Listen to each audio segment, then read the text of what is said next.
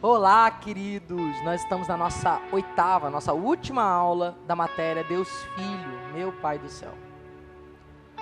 Eu não sei você, mas parece que a gente saiu de um lugar onde... Para onde esse cara vai levar a gente? Né? Falando da humanidade de Jesus, trazendo referências práticas para a nossa vida. Aí depois a gente foi para a divindade de Jesus, falando sobre as aparições de Jesus em toda a história da humanidade, mostrando a eternidade dele, que ele fazia parte desde o início da criação e tinha um propósito para tudo isso. O Cordeiro foi morto, né? E agora a gente entrou na completude, né? Na obra consumada de Cristo Jesus naquela cruz. Aquilo que é a obra vicária de Jesus. Aquilo que foi a obra redentiva de Jesus. E estamos aqui aprofundando isso através de uma alusão aos 9 passos do sacrifício. Né? Aos 9 passos do sacrifício de Jesus. Nós estamos no 7º passo. O cordeiro era queimado, Jesus no Hades ou no mundo dos mortos, se você quiser anotar aí. Coloca entre parênteses aí, morte eterna. Como eu disse, Jesus ele vai ter que experimentar todo tipo de morte para que nós experimentemos todo tipo de vida, certo? Se Jesus morreu, se ele morreu espiritualmente, né, se ele experimentou, melhor dizendo, experimentou a morte espiritual que era nossa, quando os nossos pecados foram sobre ele, então ele experimentou essa separação de Deus. Se por causa disso ele pôde morrer, porque não se engana não, gente. Jesus ele ficaria naquela cruz ali de maneira eterna se fosse necessário. Mas ele não iria morrer. Por quê? Porque era impossível Jesus morrer. Como assim, Rafael? A palavra diz que o justo viverá. A morte é para o pecador. Justo não pode morrer, gente. Então como que Jesus morre? Ele assume o meu e seu pecado. Ele se veste com o meu e o seu pecado. E vestindo o meu e o seu pecado, agora ele pode morrer. Vestindo o seu e o meu pecado, Jesus pode agora morrer. Você está entendendo? Ele pode morrer, vestindo o meu e o seu pecado. A legalidade da morte de Jesus está nesse pecado, que ele vestiu. Senão ele não poderia morrer, porque ele era justo. Na verdade, a gente vai ver ali que há a lei, ela faz algo que é impossível. Só o Messias mesmo poderia cumprir isso. Por quê? Porque a lei vai dizer que o Messias ele vai ter que morrer pelo sacrifício do povo. Para trazer de volta a autoridade do povo. Quer dizer, aquilo que Adão perdeu, ele vai reconquistar. Certo? Só que a palavra diz que o justo, né, justificará muitos. O justo justificará muitos. Quer dizer, como que o justo pode morrer? O justo não morre, segundo a própria palavra. O justo vive. Quem morre é pecador. Então como é que o justo vai recuperar isso? Se ele tem que morrer? Olha que brincadeira isso. Quer dizer, eu tenho que morrer para recuperar. Mas eu sou justo, e justo não morre. Como é que faz? Não fecha a conta. Então o justo, Jesus, vai tomar sobre ele o meu e o seu pecado, para que ele possa morrer justo. Para que ele possa morrer em justiça. E o 7º passo, o cordeiro era queimado. Quer dizer, o 7º passo era que o sacerdote pegasse esse animal que foi morto, o seu sangue todo extraído, totalmente extraído.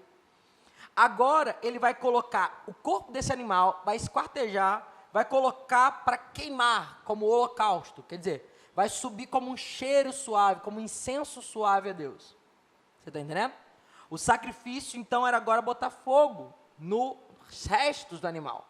Como você sabe, Jesus não foi queimado. O corpo dele da terra não foi queimado, foi sepultado. Sim ou não? Então, é claro que isso aqui não pode estar acontecendo de maneira normal, de maneira natural. Isso está acontecendo de maneira espiritual. E o que a gente precisa entender aqui, a partir disso, é que até o 6º passo, Jesus morreu fisicamente, até o 6º passo, Jesus está cumprindo de maneira natural. Mas a partir do 7º passo, nós só podemos ver de maneira espiritual. Sobrenatural. Algo que naturalmente não está acontecendo, ou a gente não está vendo. Porque naturalmente o corpo de Jesus está lá sendo sepultado, sendo derramado óleo, sendo honrado, né? o sepulcro de Jesus, né, que na verdade é emprestado, Jesus ele vai ser sepultado no sepulcro de Arimateia, né? Ele vai ser agora honrado, o seu corpo vai estar sendo ungido, né? A sua cabeça vai estar sendo ungida, para que eles fechem, enfim, a pedra e ele fique eternamente sepultado. Claro que isso não vai acontecer. Então, o que a gente precisa entender? Lá em 1 Pedro 3, 18 ao 20. 1 Pedro 3, capítulo 3, do versículo 18 ao 20. 1 Pedro, do capítulo 3, do versículo 18 ao 20.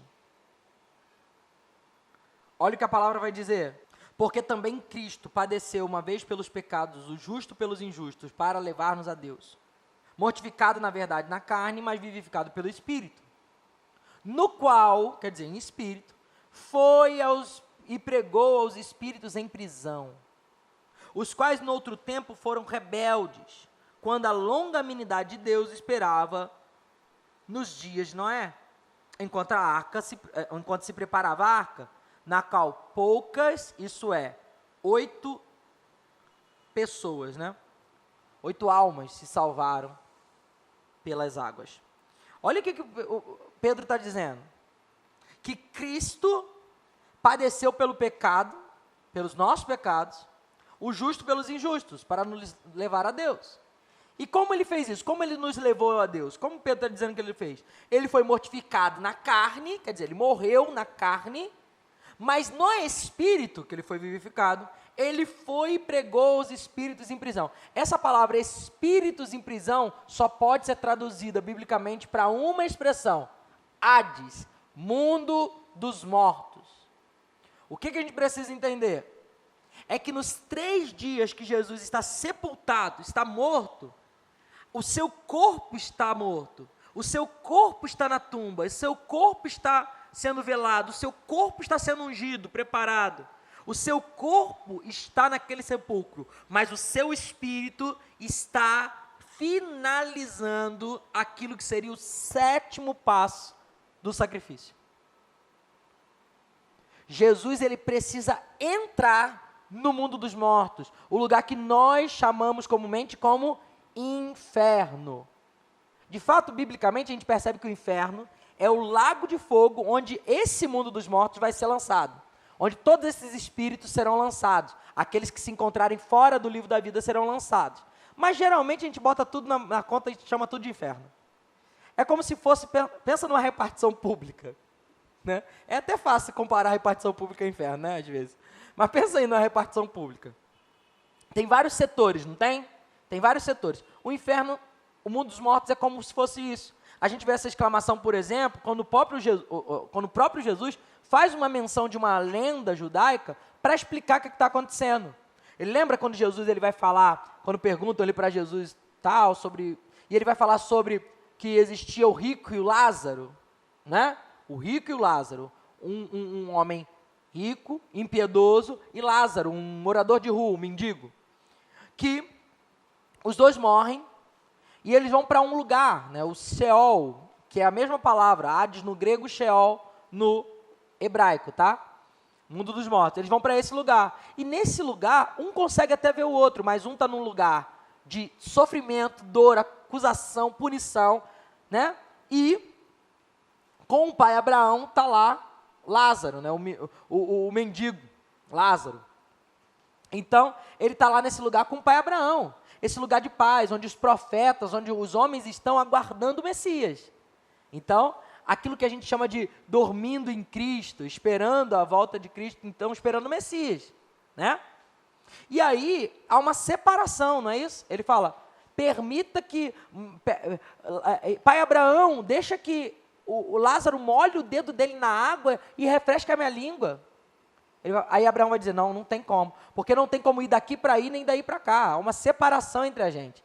Esse é o mundo dos mortos, onde todos, ali é uma ilustração, né? Onde todos estariam esperando o Messias para serem ou condenados ou serem salvos. Todo mundo foi salvo, no Velho e no Novo Testamento foi salvo pelo mesmo jeito, pela graça, através do Cristo. Mas eles foram salvos pelo Cristo que viria, e nós somos salvos pelo Cristo que já veio. Você está entendendo? E que voltará, né? O que a palavra está dizendo, então, é que Jesus, ele precisava, então, ir a esse lugar de espíritos em prisão, quer dizer, onde as pessoas estavam ali, aguardando, ali sendo, né, nesse lugar de mortos, para quê? Para dar àquele que é o imperador dos mortos uma resposta. Finalizar o seu sacrifício. Quer dizer, o que Jesus recebeu? Ele não vestiu o seu e o meu pecado? Vestiu. E o pecado tem um dono. Quem é o dono do pecado? Alguém vai dizer aí, Adão. Não. Adão não é o dono do pecado. Adão não é o dono do pecado. Adão, o pecado foi dado a Adão por alguém. Adão trocou, né, pecado por autoridade. Ele deu autoridade para Satanás e Satanás deu pecado para ele, deu maldição para ele. De quem é o pecado? De quem é a maldição? Quem é o dono disso? Quem criou isso? Diabo. Então, qual o melhor lugar para vencer o diabo que a casa dele? Jesus vai ao mundo dos mortos, então o espírito ele está indo ao mundo dos mortos para poder exatamente tomar aquilo que o diabo roubou do homem e devolver ao diabo aquilo que era dele. É como se nesse momento se cumprisse aquela profecia lá de Gênesis, ele esmagará a cabeça da serpente. É aquilo que está se cumprindo lá em Apocalipse, ele tem a chave da morte e do inferno. É aqui que se cumpre. Porque nesse lugar de morte, Jesus ele entra nesse lugar para dar ao diabo aquilo que era dele e tomar do diabo aquilo que ele roubou do homem. Gente, isso aqui é maravilhoso. Imagina isso aqui, eu não estou dizendo que foi assim que aconteceu. A gente sabe que é espiritualmente, então a gente não pode dizer claramente o que aconteceu. Mas é como se fosse isso aqui, gente. Imagina, Jesus entrando no mundo dos mortos com todo o pecado sobre as costas dele, com todo o peso, passado, presente e futuro de todas as gerações, gerações e gerações. Ele entrando com aquele peso do pecado no mundo dos mortos. E encontrando agora quem? O diabo. Agora que ele encontra o diabo no mundo dos mortos, o que ele vai fazer? Ele tira essa roupa de pecado, ele tira essa roupa de pecado e ele entrega para quem? Para quem é dono. Toma que é teu, diabo.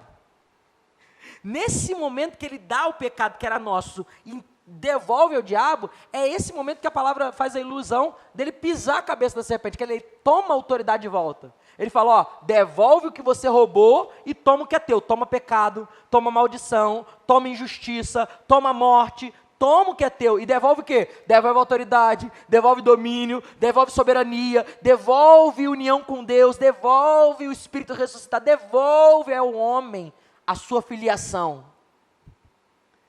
Ele não é seu filho, diabo. Larga esse homem, porque eu vou levar ele de volta para o pai verdadeiro deles. Ai, meu Deus do céu, Jesus venceu a morte, ele venceu o inferno, ele venceu o diabo. Ele venceu, querido. Ele venceu. Lembra aquele louvor que a gente cantava diante do trono? E no terceiro dia o diabo começou a ouvir passos fortes que tremiam toda a terra. Lembra?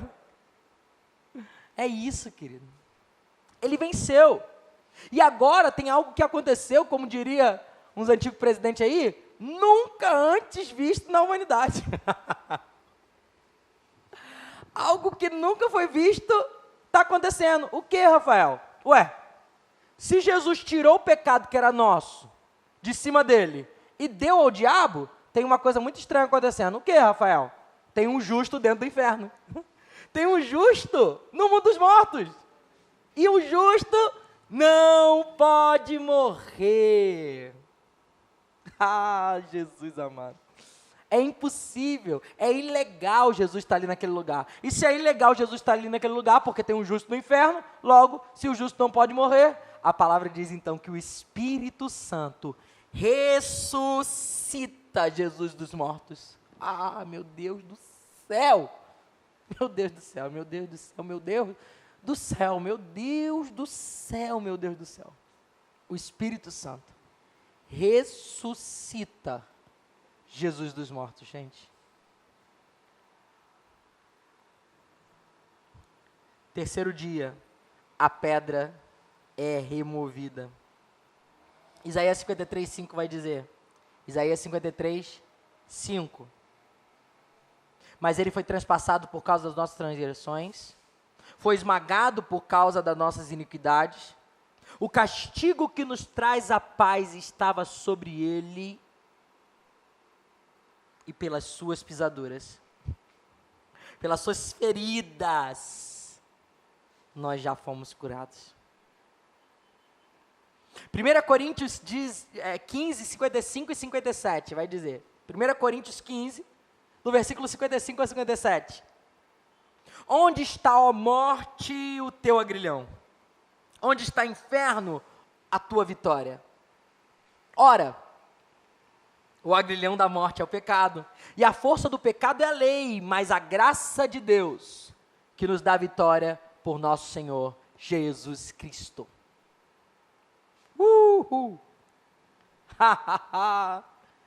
Querido, meu Deus do céu.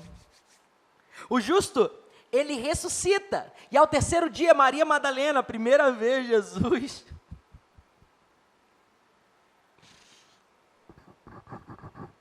se você levou o corpo do meu mestre, me dá ele de volta. Sou eu, Maria. Sou eu que falo com você, eu, Maria, sou eu. Rabone. Rabone. Querido, nós precisamos entender que quando Jesus morre, ele morre como um cordeiro. Mas quando ele ressuscita, ele não é o cordeiro. Ele ressuscita como um leão, símbolo de autoridade. Quer dizer que Jesus é o cordeiro que foi morto, mas ele é o leão que ressuscitou. Rafael, mas esse é só o sétimo passo. É. E o oitavo passo se inicia exatamente nesse lugar.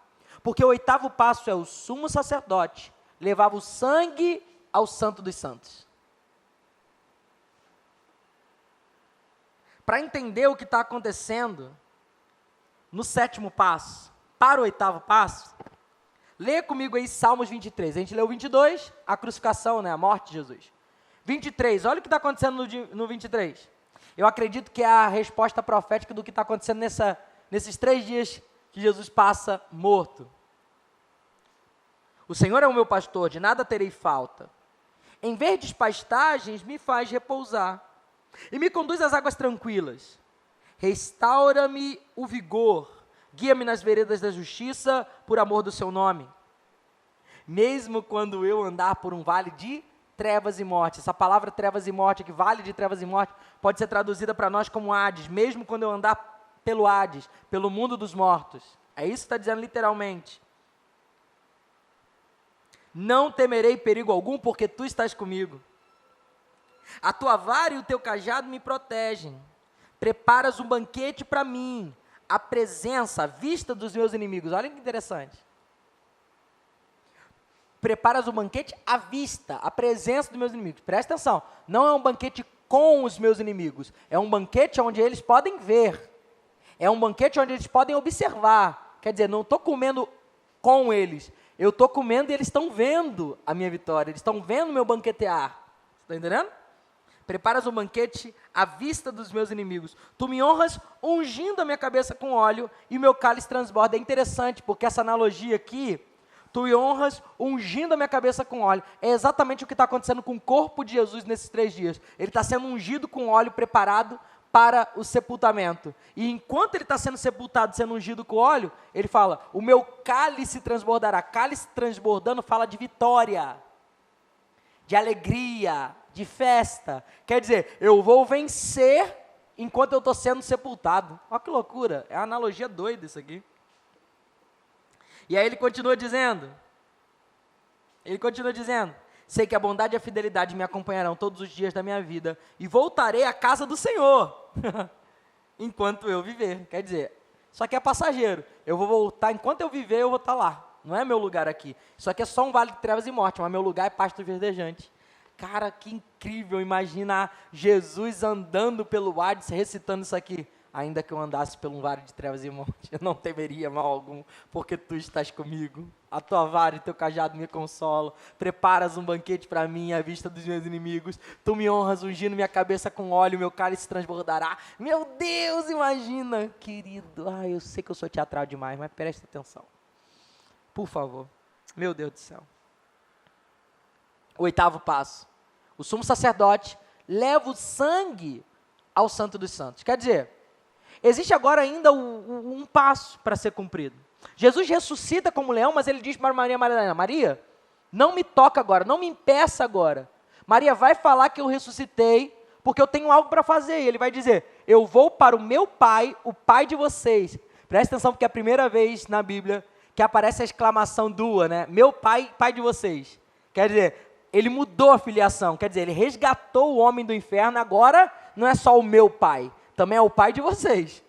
O meu pai, o pai de vocês, o meu Deus, o Deus de vocês. Eu vou para lá, eu vou para o Pai. Então vai à frente, vai falar que eu ressuscitei, que eu ainda tenho um negócio para fazer. E esse negócio que ele tem para fazer, ele some, simplesmente ele some.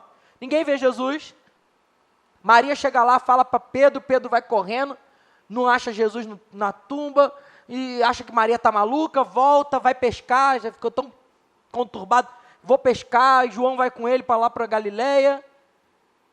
Olha que interessante, Jesus some. Então Jesus aparece no caminho de Emaús, depois na Galileia, na própria Galileia, depois aparece para os 11 discípulos juntos. Olha que loucura. O que Jesus está fazendo nesse tempo? Fazendo aquilo que ele falou para Maria. Vai falar porque eu ressuscitei, que eu vou para o Pai de vocês, o meu Deus de vocês. O que ele está fazendo? Hebreus 9, 24. Que é o resumo aí daquilo que é a sua última aula aí na apostila, 155, se eu não me engano, a página.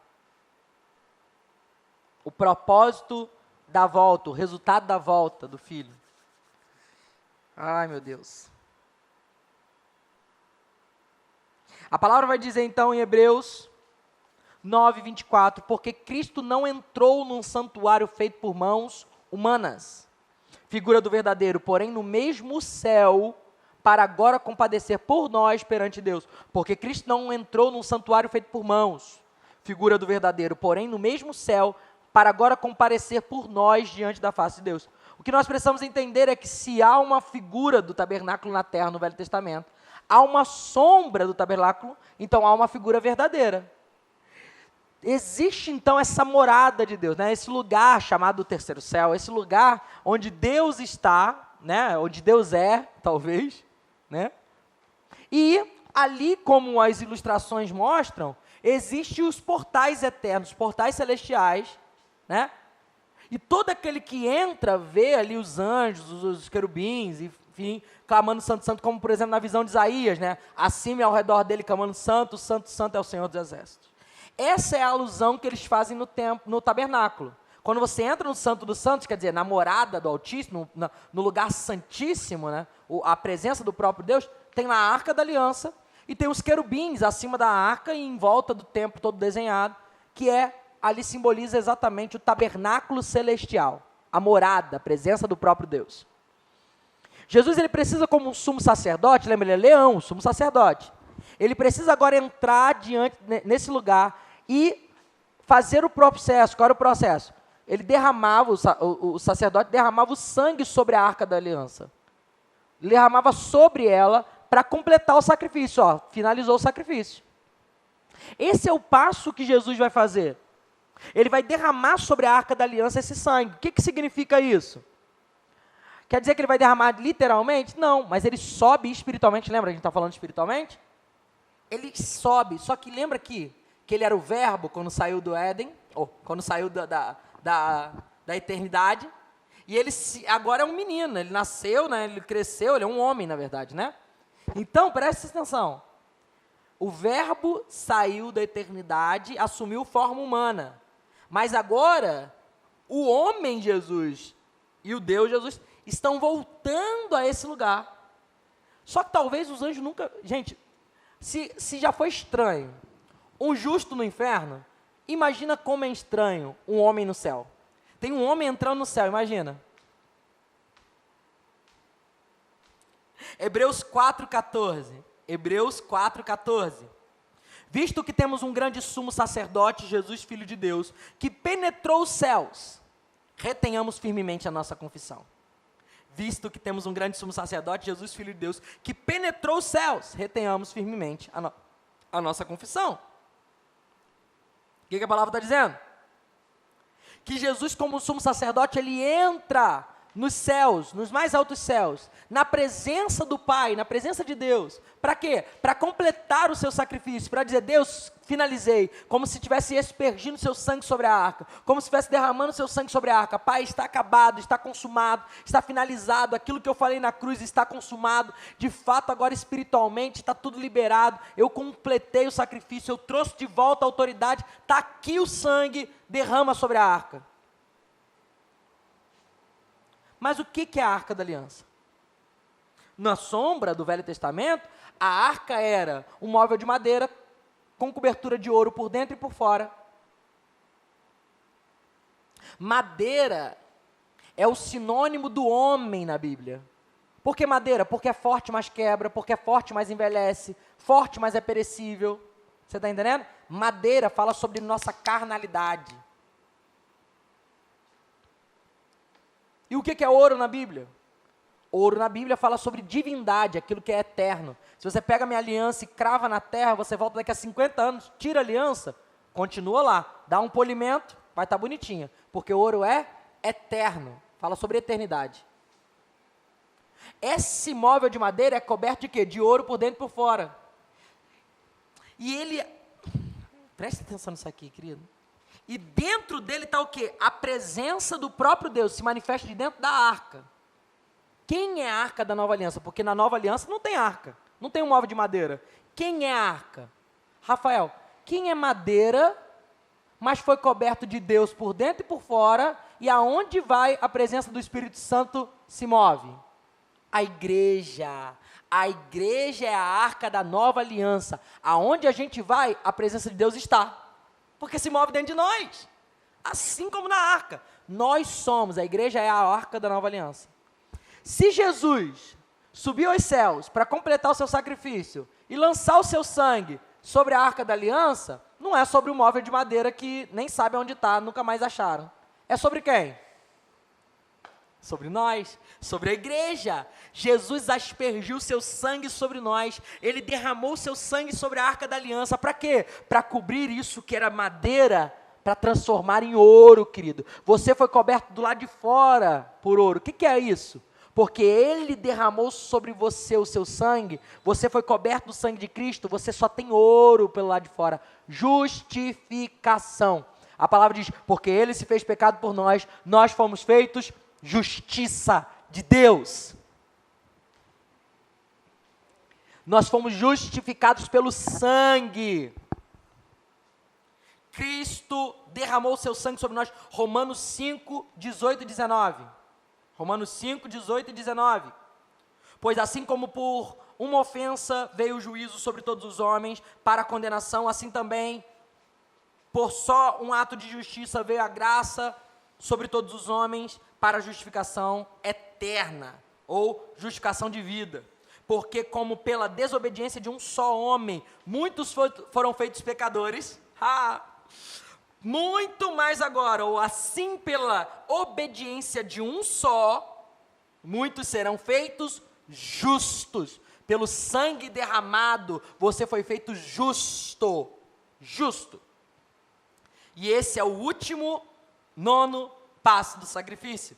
Festa da liberdade, o ano do jubileu. O que falta agora, Rafael? Que ele derramou seu sangue sobre mim. Como sumo sacerdote eu fui coberto. Eu sou justificado. O que falta agora, Rafael? O que vai fazer agora? Agora só falta isso. Jubileu. Lembra do Levítico 25? 9 e 10? Então, no mês 7º, ao 10 do mês, farás passar a trombeta do jubileu. No dia da expiação, fareis passar a trombeta por toda a terra, e santificareis o ano 50º do Senhor, e apregoareis liberdade na terra a todos os seus moradores. Ano jubileu vos será, e tornareis cada um a sua possessão, e cada um a sua família. Levítico 25 vai falar sobre o ano do jubileu do Levítico. O ano do jubileu do Velho Testamento. Aquele ano que, quando o sacrifício começava, tocava trombetas, e durante todo o sacrifício era anunciado o ano de liberdade. E aquele ano inteiro ninguém trabalhava. Se você tinha uma dívida, era perdoada. Se você tinha um escravo, você tinha que libertar esse escravo. Se alguém tivesse se dado como escravo, ele tinha que ser livre.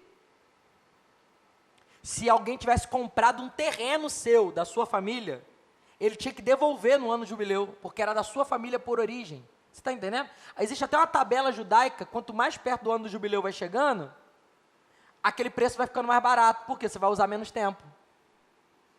Porque você tem que devolver para a família de origem. Olha que loucura. Toda dívida perdoada, seu nome seria tirado do SPC. Ó, glória a Deus. Não tem como a gente portar o ano do jubileu, não, gente? Era a representação de algo que Jesus vai fazer de maneira sublime, eterna, sobrenatural. Se o ano do jubileu da lei era um aninho só, esse jubileu perpétuo não tem fim. Quando Cristo entregou o seu sangue naquele tabernáculo, na presença do próprio Deus, sobre nós derramou o seu sangue, sobre a arca da nova aliança que é a igreja, e por isso nós fomos cobertos de ouro, nós podemos agora festejar, porque aquilo que acontecia depois do sacrifício, era que o Espírito de Deus subia, né, a fumaça subia da arca, então o povo entendia que tinha sido perdoado, e começava a festejar de alegria, começava a agradecer de alegria, começava a pirar de alegria. O ano do jubileu é o ano do grito tetelestai sendo consumado em nós. O tetelestai naquela cruz, o está consumado naquela cruz, inicia o ano do jubileu. Como as trombetas soavam, Cristo foi a trombeta do jubileu eterno, tetelestai. Mas a partir desse grito, todos nós fomos como chacoalhados por aquele terremoto e barulho, e somos livres, enfim. A arca não tem só o ouro por fora, justificação. A arca também recebeu ouro por dentro. Sabe o que é ouro por dentro? Espírito da verdade. Somos como vasos de barro com tesouro dentro. Dentro de nós habita o Espírito Santo, e por isso ele se manifesta através de nós, e nós podemos festejar, jubilar. Sabe o que é jubilar? Saltos, giros violentos, dança extravagante, cantoria. Jubilar é isso. É o que Davi faz quando a arca da aliança entra na cidade. É o que Deus, o próprio Deus em Sofonias 3,17 está dizendo: eu desço do trono e eu danço com vocês, eu jubilo com vocês. Agora, se Deus faz isso até na velha aliança, quanto mais agora, na nova aliança, você imagina que Deus está fazendo o quê? Querido, eu não sei se você entendeu, mas o que falta para acabar com essa aula é você se alegrar aí, porque você foi livre, tem o Espírito Santo habitando dentro de você, e o sangue de Jesus te justificando. Isso finaliza a nossa aula, e o último texto que eu vou ler para fazer uma oração breve com vocês, Mateus 27, 50, 52. Mateus 27, 50, 52. E Jesus, clamando outra vez com grande voz, rendeu o Espírito, e eis que o véu do templo se rasgou em dois, de alto a baixo, e tremeu a terra, e fenderam-se as pedras, e abriram-se sepulcros, e muitos corpos de santos que dormiam foram ressuscitados. Querido, naqueles dias da ressurreição de Jesus, muitas pessoas entraram por Jerusalém ressuscitados. Mas, querido, não foram só esses, porque a partir da ressurreição de Jesus, a palavra vai dizer que ele foi ao Pai preparar morada, e não só aqueles que viram. Na sua última oração com os discípulos, ele diz: Pai, é chegada a hora, glorifica-me na verdade, a tua palavra é a verdade. Santifica esses homens aqui que vão padecer por causa de mim, mas não só esses, ele vai dizer, também aqueles que pela palavra deles crerão. Santificas na verdade, eu dei a glória que a mim me deste. Querido, você recebeu a glória do Espírito, conheceu o Filho, agora de uma maneira profunda entendeu que a obra dele redentora foi para nos trazer de volta, e para que agora nós pudéssemos fluir como ele fluiu. Você é cheio do Espírito e pode fazer obras como as dele e obras maiores. Obras como as dele e obras maiores. Pai, em nome de Jesus, que nós possamos fluir do Espírito Santo, que nós possamos ser, Senhor Jesus, a expressão exata daquilo que o Senhor era na terra. Homens segundo o Teu Espírito, guiados pelo Teu Espírito, fazendo as mesmas obras, milagres, sinais e prodígios. Reaviva um tempo, Senhor Deus, de ensino e de prática na nossa vida cristã. Pai, em nome de Jesus, que nós possamos agora, com conhecimento do Filho, tomar posse dessa verdade. E quando nós dissemos em nome de Jesus, não seja só um nome, não seja só um amuleto, mas que o nome de Jesus represente toda a obra consumada de Cristo, nosso conhecimento do que Cristo fez, tanto de maneira humana quanto de maneira divina, como Ele completou a sua obra e todos os passos do seu sacrifício para nos libertar. Somos livres pelo sangue, e o Espírito Santo se manifesta de dentro de nós por causa do sangue. Obrigado, Senhor, porque agora o Senhor nos deu um propósito de vida, um propósito maior, de sermos parecidos com o Senhor. Não vivo mais eu, mas Cristo vive em mim. Deus abençoe todos esses que estão assistindo a aula e que em nome de Jesus eles possam fluir a partir daqui, mais parecidos contigo, em nome de Jesus. Amém. Deus abençoe, querido. Até a próxima.